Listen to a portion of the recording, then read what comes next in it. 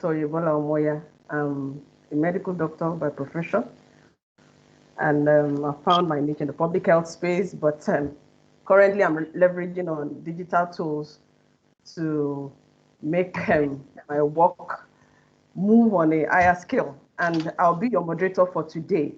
So I want to, for the benefit of those that are joining us for the first time, I want to welcome you. You're in the Africa Data and AI community. Everyone is welcome. And who are we? We're a community that is made up of data and AI professional and enthusiasts. So you are very welcome. And we're on a journey to democratize data and AI in our African communities by leveraging on Microsoft's Azure offerings. And we're also a faculty which uses Microsoft technology and Azure platform to teach data management, database administration, AI, and data science from foundation to advanced level. So this is, of course, this is not the first session we'll be having. It has been on for about a month or two thereabouts. So you are welcome. Whichever time you join us, you're always welcome. And there's something for you to take home today. So we host this event on a weekly basis every Saturday by 12 noon, just for data and artificial intelligence tracks. So today I'll be welcoming or introducing our speaker in the person of Mr. Paul Barnabas. And who is he? He's a business intelligence architect with over 9 years tech experience building business solutions. He's also a certified trainer with passion for imparting knowledge and adding value to individuals, communities, and the corporate world. He is trained, he is not, when he's not training, Paul leads a BI team. And what is BI? Business intelligence team that primarily designs and builds data and analytics solutions, governs and manages data resources, and builds and also manages the data environment and underlying infrastructure. He architects end-to-end automated reporting solutions for enterprises that leverage on Microsoft corporate BI stack and Power Platform.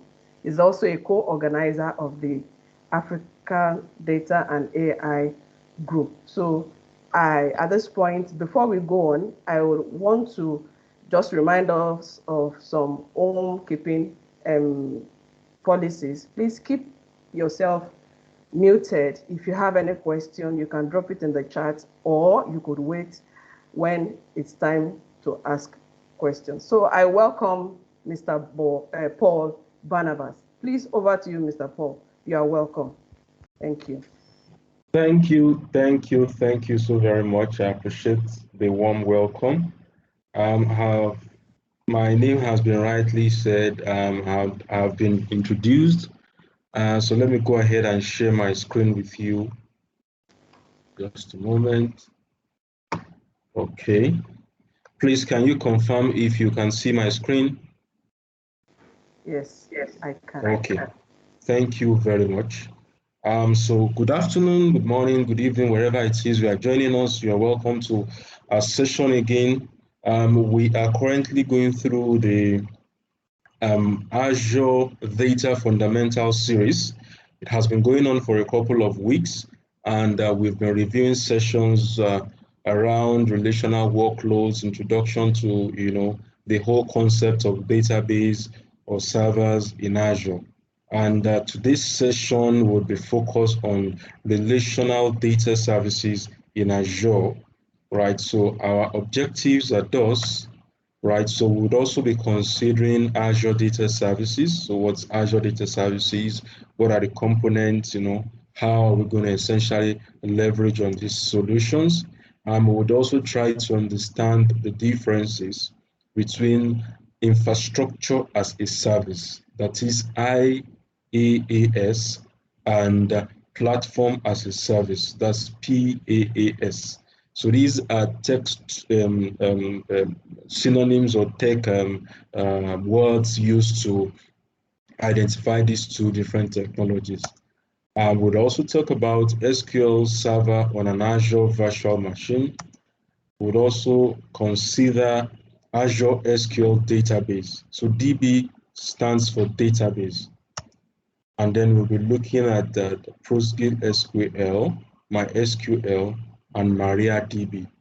So these are the discourse for the content objectives for today's class. Okay, so Azure Data Services, right, is simply a range of options of database management systems available in Azure. Azure platform is a cloud computing platform. It is owned by Microsoft. Just for those who are joining us for the first time, this is a Microsoft community, and the core of our discourse is around solutions in Azure, which is the cloud platform of Microsoft. Yes, so Azure Data Services fall under the PaaS category, which I said is the platform as a service, category. So there are different types of database management systems, right, within Microsoft Azure Cloud. So as I briefed, these are the representations of those different servers. So the first one, right, is Azure SQL Database. The next one is MySQL, right? The third one is MariaDB, and the fourth one is PostgreSQL. So these are different types of offering available under the Azure Data Services. So for somebody might be asking, so why database? Why are we talking about this? So, it's critical. You might also be wondering, so for applications, for example, right, where do they store the data that feed some of this application? Or for example, you are seeing a report and you are wondering, what are the different types of sources information can come from? A number of them can come from databases, and when we talk about database itself, there are different types of databases. So we have the relational database, we have the non-relational. In the course of this series, and subsequently in the future, we would also be discussing non-relational database management systems. So, but the focus of today is the relational. So why relational? What does it mean that it's relational? It means that there is a relationship between the objects that make up databases that are called relational databases.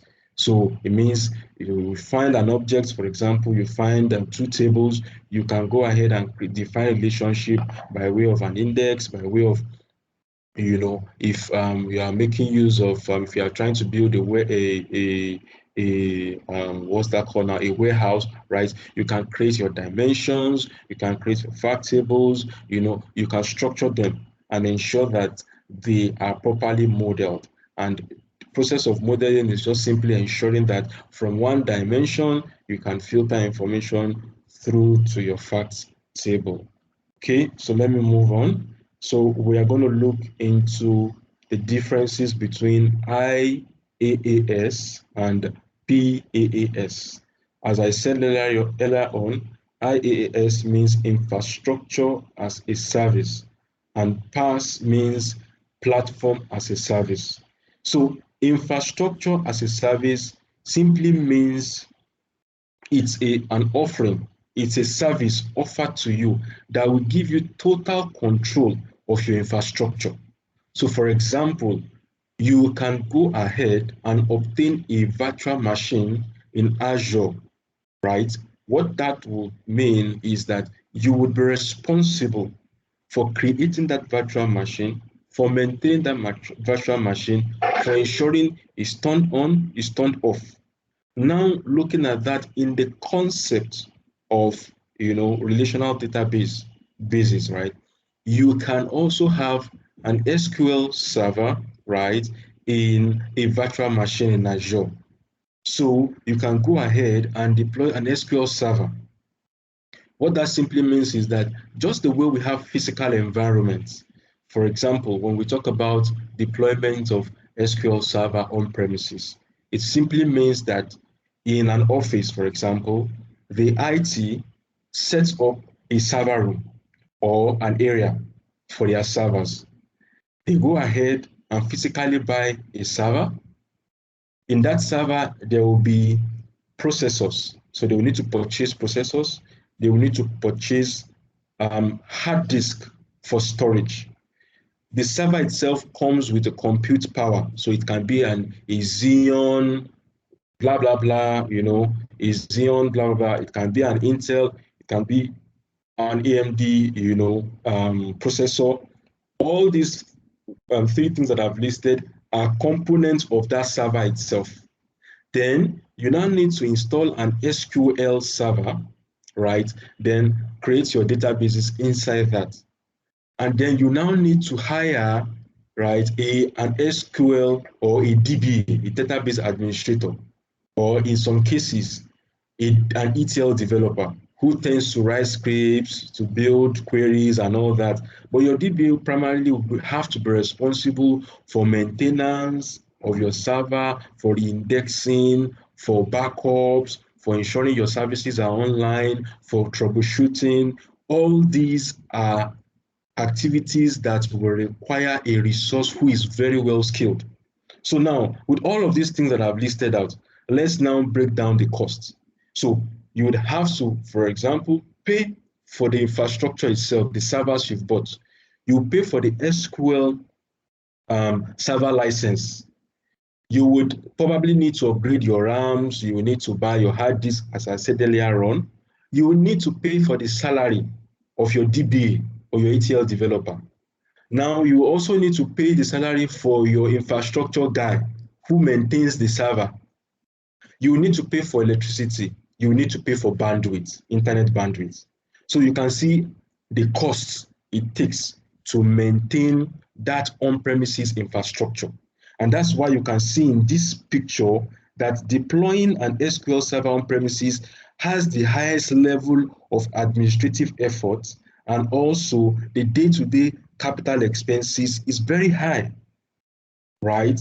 So the difference between this now is when we now have infrastructure as a service. So this is where we have an SQL Server in Azure virtual machines. So this means that now I am not necessarily paying for rent. I'm not paying for electricity, per se as an individual cost. I'm not paying for all those other redundant things. All I would need to pay for in the case of IaaS is just the VM. So I would provision a virtual machine. I would install my SQL server, right? But obviously, I need to have somebody who is properly skilled that can ensure he helps me monitor that environment. So he can help with optimization, he can monitor it such that there are some indexing done, regular basis, you go ahead, you clean up the logs, some routine things that can be done to ensure that your server is properly managed. Those things can be done. You have that level of flexibility when you are running an infrastructure as a service platform, which is within the offering of SQL Server in an Azure VM. Now, you can see for a platform as a service offering, the costs and the administrative effort is less. Because what will be happening here is you are simply responsible for the database.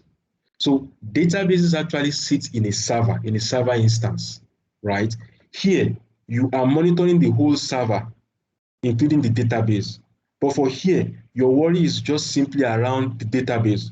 So tomorrow I need the database, I simply just go create a new database. I need two next tomorrow, go ahead. So you are not worrying about setting up a server, about monitoring the environment. Do I want to install a Windows Server 2012? Okay, there's a latest version. Do I want to upgrade? All of those things are not your worry. All you need to do is, okay, I need a database. I simply go there, create one, and I start my, my processes or whatever it is I want to achieve, my data storage. So those are the three different scenarios we can have when it comes to deciding, where do I want to host my data?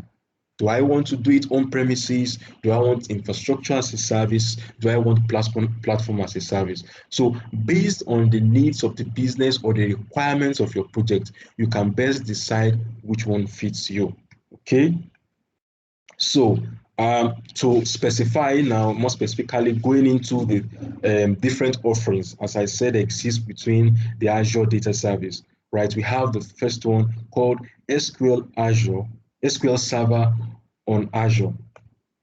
So looking at all of these things, so this is essentially giving us a representation between what I talked. So grouping the offerings into IaaS and PaaS. So as I said, Azure SQL Server on a VM, right, lies within the IaaS, and then SQL Managed Instance and Azure SQL Database lie within the PaaS. Okay. So, what are the components? What will I say are the attributes of running an SQL server in a VM? So basically, what this does is it gives you full control. It's just as if I am running that server on premises, but instead in a virtual machine, in a virtualized environment in the cloud.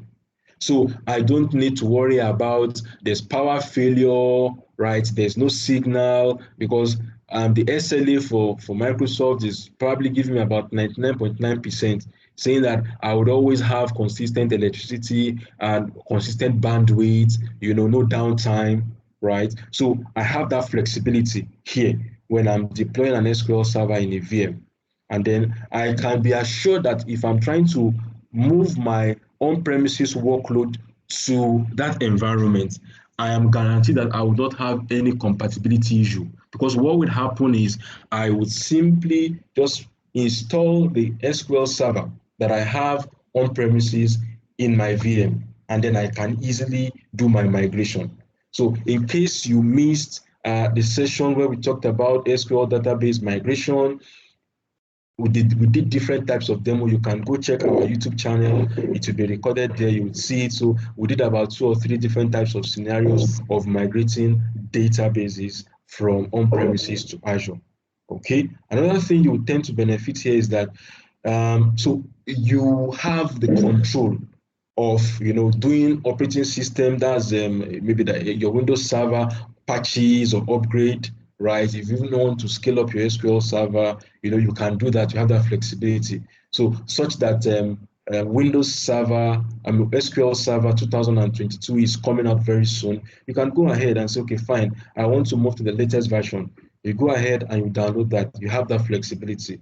Then backups also are within your control, and then also replications. So all these would actually require a resource that is capable. So take that in mind, that if you are going for the option of an SQL server in the VM, you need a resource that knows, like a DBA, that knows what needs to be done. And also you need to pay for the server and the licensing, not per database. So one of the differences between this offering and the other offerings we'll be checking is that for the other offerings, you would mostly be paying per database. But for here, you need to worry about the server. So the license for the operating system, the license for the SQL server, you will need to pay for that, right? And also for storage, you will need to pay for that also. So you can push maximum performance out of the CPU through expert tweaks. So for those who are very good, system administrator, or they can help you, or DBAs, they can essentially help you maximize the usage of that VM, such that they can optimize processes, maybe activities that will be slowing down the server. They can regularly be running maintenance, such as indexing, clean up the logs. A few other things can be run on a regular basis to ensure that your server has high performance. Okay, and there's no limitation. So we'll talk about some of the limitations of the other types of databases. But for SQL Server on a VM, you practically have no limitation. So you can upgrade your storage to as whatever size you want, same as your processor, right? So you can afford to do that with the use of this particular offering. Okay, so we're also looking at the next one, which is called Azure SQL Managed Instance. So what this means is you get almost the same scale of flexibility, right, that you have from an SQL server in a VM, but this time, right, you won't need to worry about the operating system. You won't need to worry about the SQL server, but it gives you flexibility to increase your processor. So as you can see, you can expand up to 4 to 80 virtual cores. You can achieve about 32 gig to 8 terabyte storage.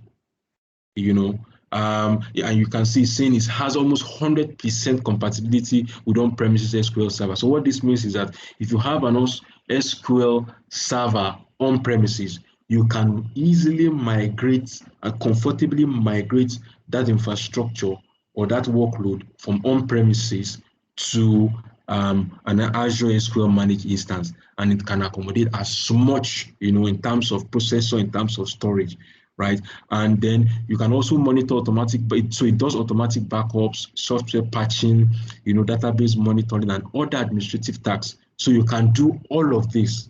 But take note, you are not in control of the operating system. The operating system is owned by Microsoft. All you need to worry about is just your managed instance. So as an instance, sometimes the instance also is referred to as a server. So an SQL server can also be referred to as an SQL instance. So here you are essentially managing your server, but you don't need to worry about the operating system. And that's why this is referred to as platform as a service.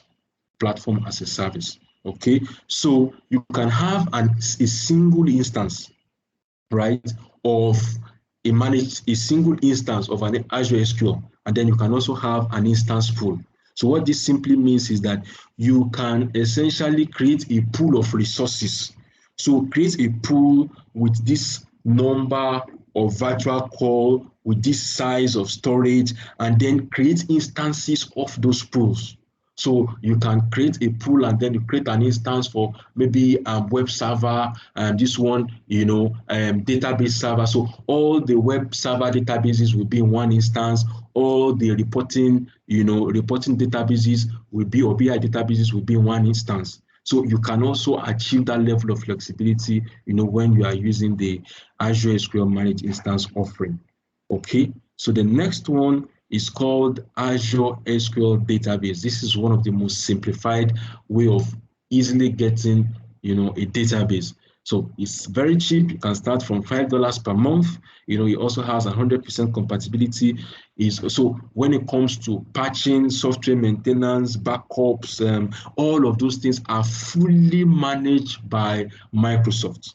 They are fully managed. So it's managed by the cloud, by Azure, and then there are a lot of options, right? There are a lot of options of provisioning it. In fact, in a way, you can just say it's a serverless database. It's a serverless database because you don't need to worry about any server. You don't need to worry about any instance. All you simply worry is, okay, tomorrow or today, I need this number of database. You go, you create, and you are good to go. So, but there are limitations. There's a cap to the storage. You can only have between 5 gig and 4 terabyte storage, right? And what you are essentially doing here is you are paying for performance and hardware. Okay, so let's look side by side. What are the differences between a managed instance and an SQL database, right? So as you can see, a managed instance, right, uses or requires a virtual network support. It's fully managed, right? That's when they say fully managed, like in terms of the OS, it's handled by Azure, right? And you can pre-provision compute resource for migration, so this enables cost-efficient migration, ability to host smaller instances, with the two vCore, and this solution is currently in preview, right? But for Azure SQL Database, you can hyperscale your storage. You can do up to 100 terabytes for storage, right? For storage. Afford serverless compute, is fully managed. Then you also have the Elastic Pool, probably a resource sharing between multiple database to price optimize. And then, simplified performance management for multiple databases. So what this is simply saying is that it depends on your use case scenario. If you're someone who doesn't want to worry about any maintenance, right, any overheads, all you need is just give me a database. the best option is to go for an Azure SQL database. But if you're someone who is technically inclined and wants to be able to maximize or push your instance as much as possible to give you high performance, then you can begin to consider the option of SQL managed instance. Or if you need exclusive access, right, you consider the SQL Server in a VM. Okay, so the next set of offerings are actually based on open source databases. So one of them is Postgres SQL. So this is a relational database, right, that is available in Azure, based on the Postgres SQL Community Edition. So there might be a use case scenario for probably a developer or a business or an application that has been built and they've been using an on-premises Postgres SQL. They can decide for high availability, for flexibility, to reduce overhead costs. Let me move this Postgres SQL to a cloud platform. The option they can use at this point now is the Azure database for Postgres SQL. Same thing also happens for MySQL. So there's a community edition available on Azure that you can leverage. Same as for MariaDB. So MariaDB, MySQL, Postgres SQL, the community editions are available for usage, within Azure. Okay. So what are the benefits, right? So why will I want to essentially make use of, the Azure offerings of Postgres, of MySQL, of MariaDB? One of it is it's fully managed. It's fully managed by Microsoft. So you don't need to worry about the electricity cost, the resource cost. I need to upgrade. You can scale up. You can scale up. You can scale down. All those flexibility are essentially available, in Azure. So there's also built-in availability, right? As I said, so it's always it's highly available. You can scale up, scale down, low cost of ownership. Then you also have an intelligence performance, availability within there. So you can see how it's doing. There are benchmarks, there are insights that tells you the performance of such, instances, and then you can scale up and scale down. And the same, it can achieve up to 16 terabyte storage, and 20K IOPS. Okay, so it also has industry leading security and compliance. So, for some, you hear people, even according to enterprises, mostly they don't stick to using community editions when it comes to softwares, right? But Azure is providing you with that certainty that if you go, with the offering, for example, the Azure database with MariaDB, you are guaranteed with high level security, and then it's compliance with different standards, the HIPAA, the people, all those necessary standards that guide protection of data. Essentially, the PII, the HIPAA, and the rest like that, they are essentially covered within the scope of Azure. And then there's an integration between the Azure ecosystem. So for example, you want to make use of an AI offering, right? You can easily connect this database within Azure. So maybe machine learning on Azure, or maybe an offering for the apps, or even if it can be a Power Platform service, or for example, Power BI that most of us might be familiar with, you can easily leverage on Power BI, to connect to this cloud platform and pull out data for your reports. So before I go on to a slight demo, just a very, very brief demo to solidify what I've talked about, so it makes a bit of sense. I want us to review questions. So are there questions at this point before I move on? Are there questions? There are no questions. Okay. But I would ask your last statement, or the penultimate one. You said the security for the Azure platform is fine, most especially for MariaDB and Postgres. What about my SQL and SQL Server? If I choose to use those two Azure data services, my SQL and SQL Server, what's the assurance that the security is guaranteed? Okay, thank you very much for that question. So I was simply emphasizing that of MySQL, Postgres, and MariaDB because they are non-Microsoft solutions.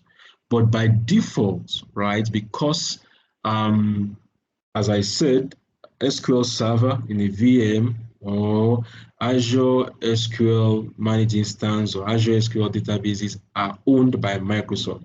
So they, by standard, out of the box, have the first or high-level security.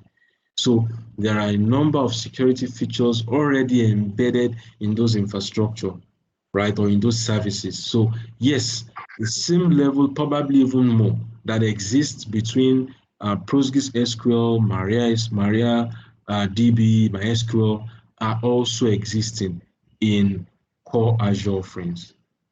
So does that answer your question, please? Yes. Okay.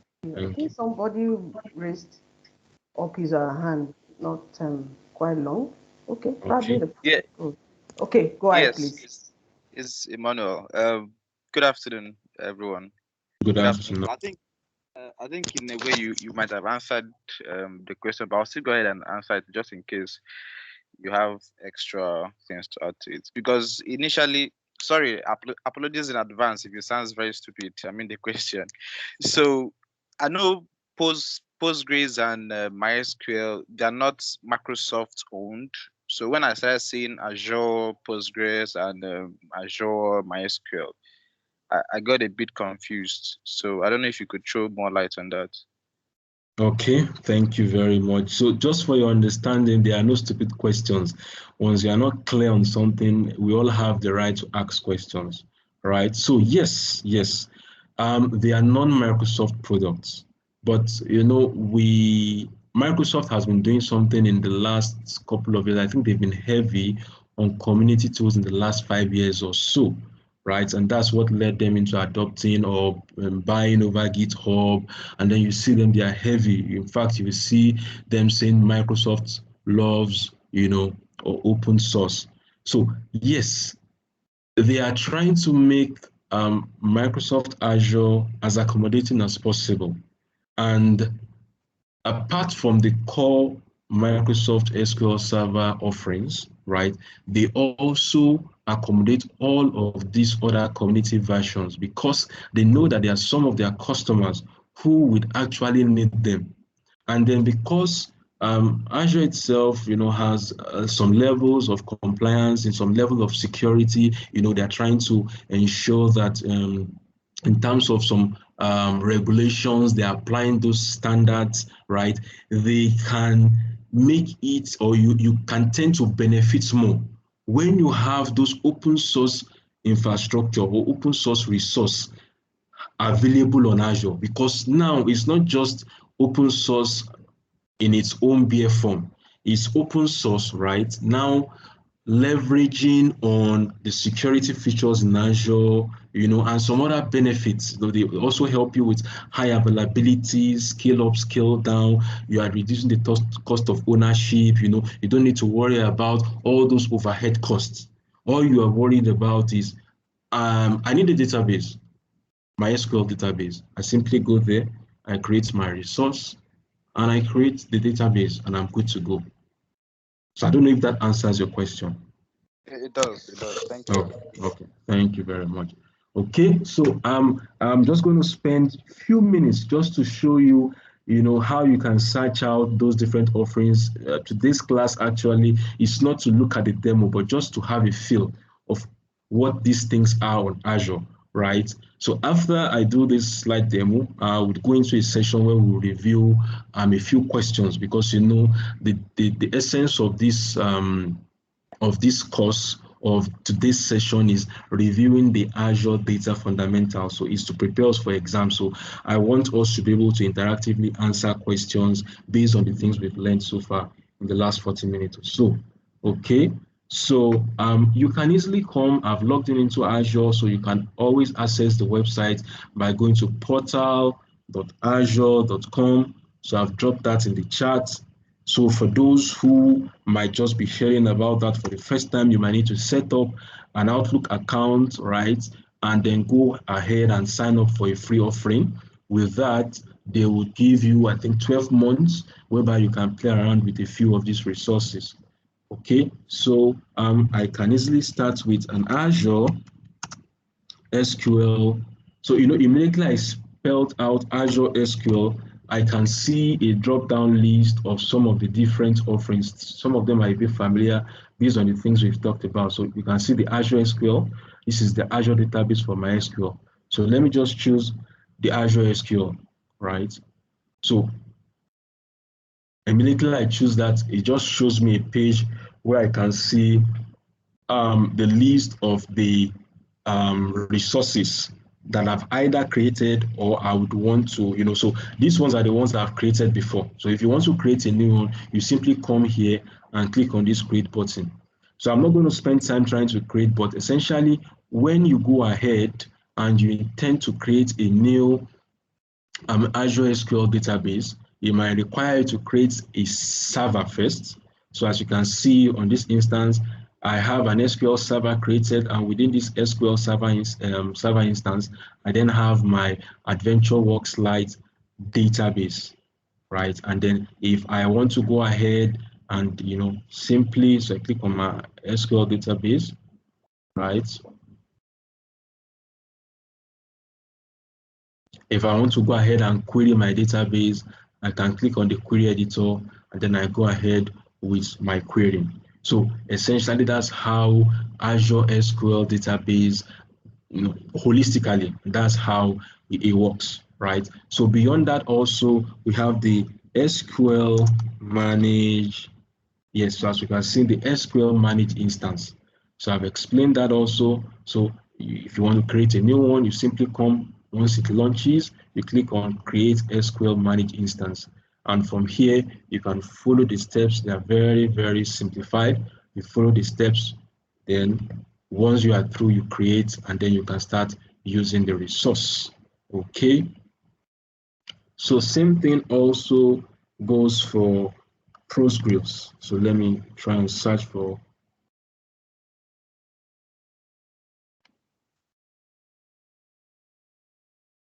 Okay, so as you can see, Azure database for Postgres SQL Server.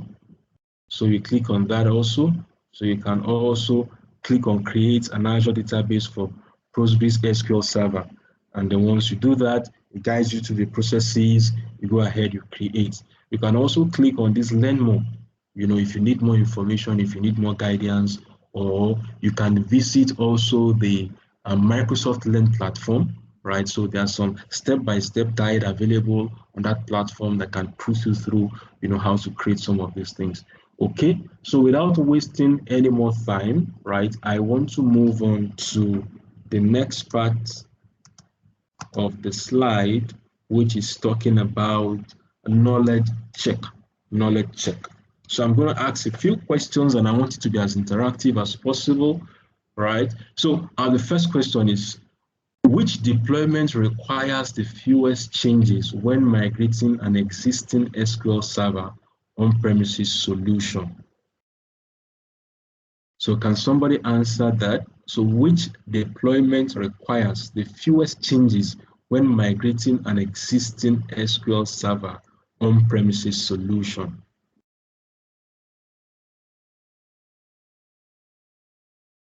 Please, this is an interactive session. Please, let's unmute and let's interact.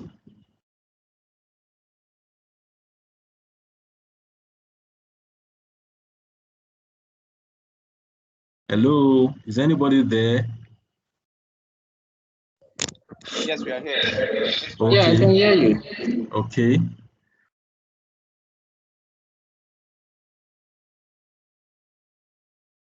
So do we have any answer for this question? Hello, can I I'll say Azure SQL Database, single database. The last option.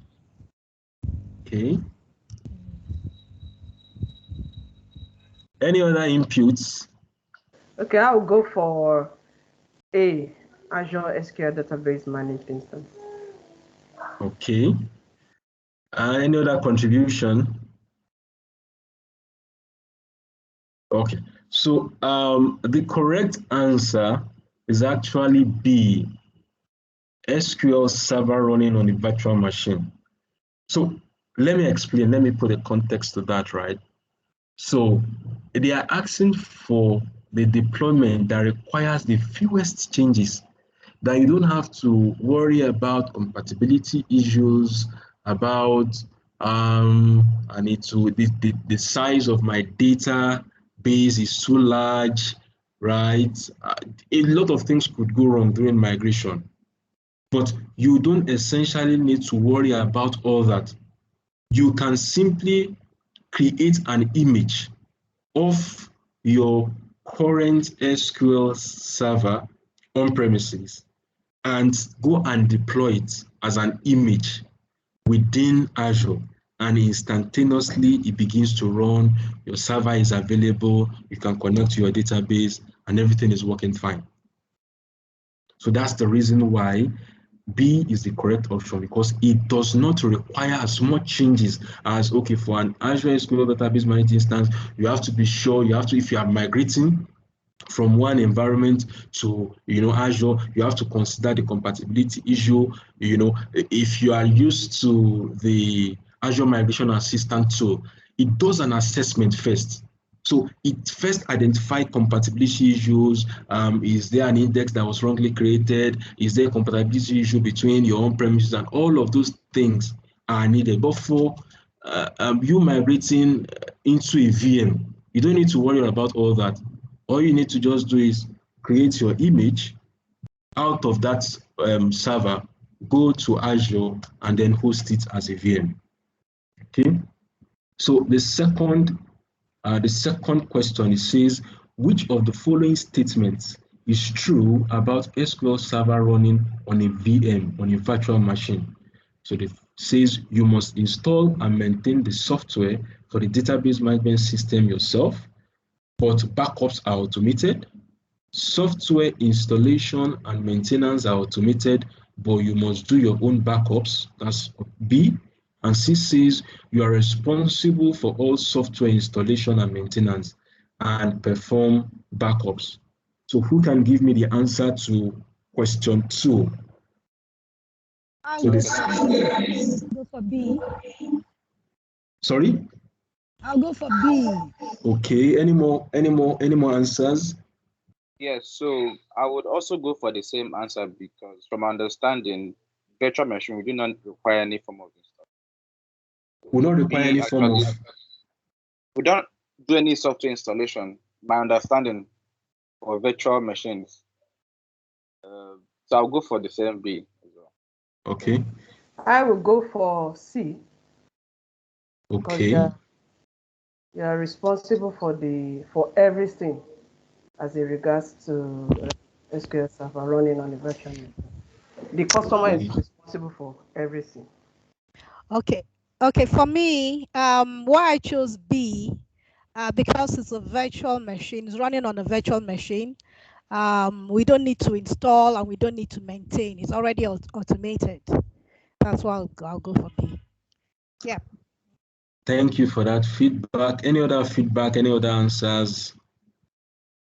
Okay.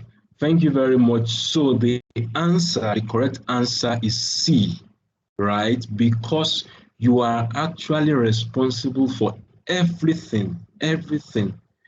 You would worry about the software, the operating system server patches and upgrade.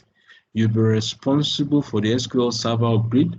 You'll be responsible for maintenance. You'll be responsible for backups. All of these things are what you need to do. So essentially, your responsibility is everything. So that's why the answer is C. Question 3 says, which of the following statements is true about Azure SQL Database? A, scaling up doesn't take effect until you restart the database. B, scaling out doesn't take effect until you restart the database. Then C says, scaling up or out will take effect without restarting the SQL database. answers, please.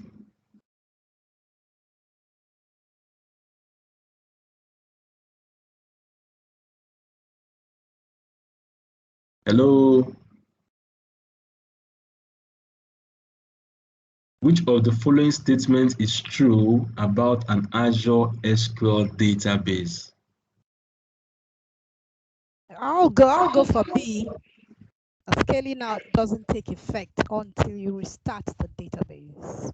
Okay, thank you for that input. Any other answer?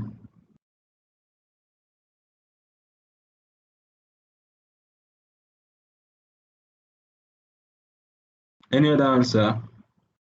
Okay, Oh. A and B are similar actually. Okay, scaling up and scaling out. Yeah, anyway, I don't know the difference. So which one are you now settling for then? I'll say scaling up. The A. I'll go for A. Okay, that's fine. Yeah. Any other input, Manuel, Ebola? I think I'll go for C. Okay. Getting off or out will take effect without starting this. Okay. Probably because of the hyper storage. I'm not sure, but I think I'll go for C. Okay, that's fine. Yes, Emmanuel. Well, this is in the cloud now. If I want to use the idea of the regular, what we know that whatever change you make to installation, you have to restart before it takes effect. I'm not sure if that's the same thing for cloud cloud resources. So I really don't know. So I'll just see this one out. Okay, no problem. It's fine. So the answer is actually C. Why is it C? Right? So you first chose Franca, you first chose A and you chose B, right? But C is actually the answer because both scaling up or scaling out, you do not need to restart the server or restart the database. Knowing fully well that your SQL database is fully managed by Azure. It's not within your purview. So in fact, you would not even see any place to restart it. So you can scale up, scale down at will, and it happens instantaneously. So that's the reason why the answer is C. Okay. Doctor is on fire. So sorry. The doctor is on fire. Okay. So the fourth question is, when using an Azure SQL database managed instance, what is the simplest way to implement backups? A, manual configuration of the SQL Server. B, create a scheduled task to backup. And C, backups are automatically handled. Automatically handled. Okay, any more answers? I agree with Emmanuel. Okay, thank you. Okay, I'll go with him too. Automatically. That's fantastic. We are all right. Cloud now. Yeah. Okay. So what's your answer? No, I said C. I'll go with Emmanuel. So C. that's fine. Yeah. So yes, so we are all absolutely correct. So backups are automatically handled for Azure SQL database managed instances. Okay, so question 5, the last question says, what is the best way to transfer the data in a Postgres SQL database running on premises into a database running Azure database for Postgres SQL service? A says export the data from an on-premises database and import it manually into the database running in Azure. B, upload a Postgres SQL database backup file to the database running in Azure. C, use the Azure database migration services. So let the answers flow in. So what do you think the answers are? I'll go for use the Azure Database Migration Service. Okay, any other answer? Okay, C. Okay. What is the best way to transfer data So what they are saying there is you have a Postgres SQL database running on premises. Now, we talked about Postgres SQL service in Azure. Now, you want to migrate your database from the one on premises to the one in the cloud. What would be the best way to go about that?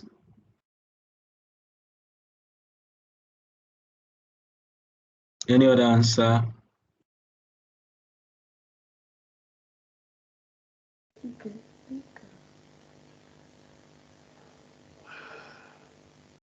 Okay, see. Use the Azure Data. Okay. Okay. Any other inputs? Any other inputs? Okay. So you are both right. The answer is C. Using Azure Database Migration Services, right? So it helps reduce all the stress of creating a backup first, having to copy the backup into the storage location in Azure, pointing your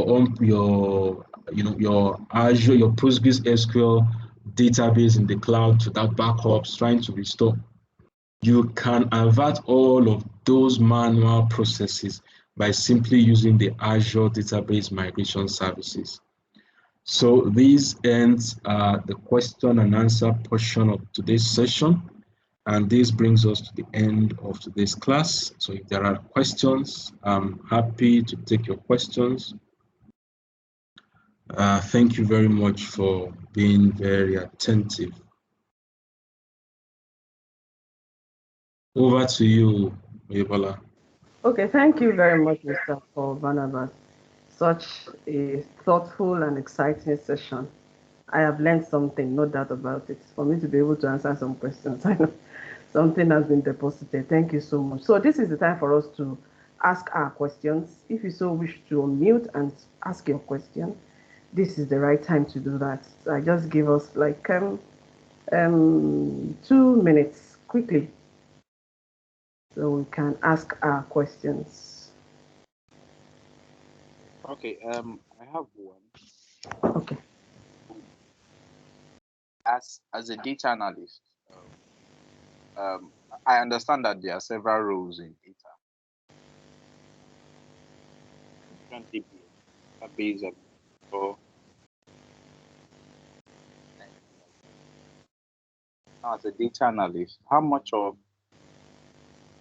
databases, I mean, information-wise now, how much of it should I know? To what extent of it should I know? Okay, so your voice was going on and off, but if I get your question, please just correct me. So you were saying as a data analyst, what is the depth of exposure needed when it comes to SQL Server or databases? Right? Exactly, that's it. Okay, Yes. okay. So I would say as much as you can, because I would say the wall between most of these roles are getting thinner by the day, right? So you'd hear roles like data engineer, data analyst, BI developer, ETL developer. In fact, you also hear data scientists, sometimes you see them bring them within the scope of analytics, right? But essentially, knowing how to script, understanding databases, right, is a key tool or is a key skill set needed as long as you talk about data or business intelligence. Because as a data analyst, your idea is to make sense of data. Now, this data can come from any environment or any source. And if it's a relational source, you would need to understand databases to be able to either query or optimize whatever it is or create some objects to help you achieve what you need to achieve. So I don't know if that answers your question. Yes. Okay. And please, if there are other contribution also from other members in the house, please unmute your speaker and please let's contribute. Okay. Any more questions? All right. In the absence of none, So we want to appreciate Mr. Barnabas once again, and this is a good time to end the session while we await the one for next week. So same time next week, we'll meet on this platform to learn more about AI and Azure services. So thank you so much for coming. Have a lovely weekend. And you too. Thank you very much. Thank you, Thank Mr. everyone. Bus. Thank you, Bola. Okay, have a nice weekend, everyone. Yeah. Yeah.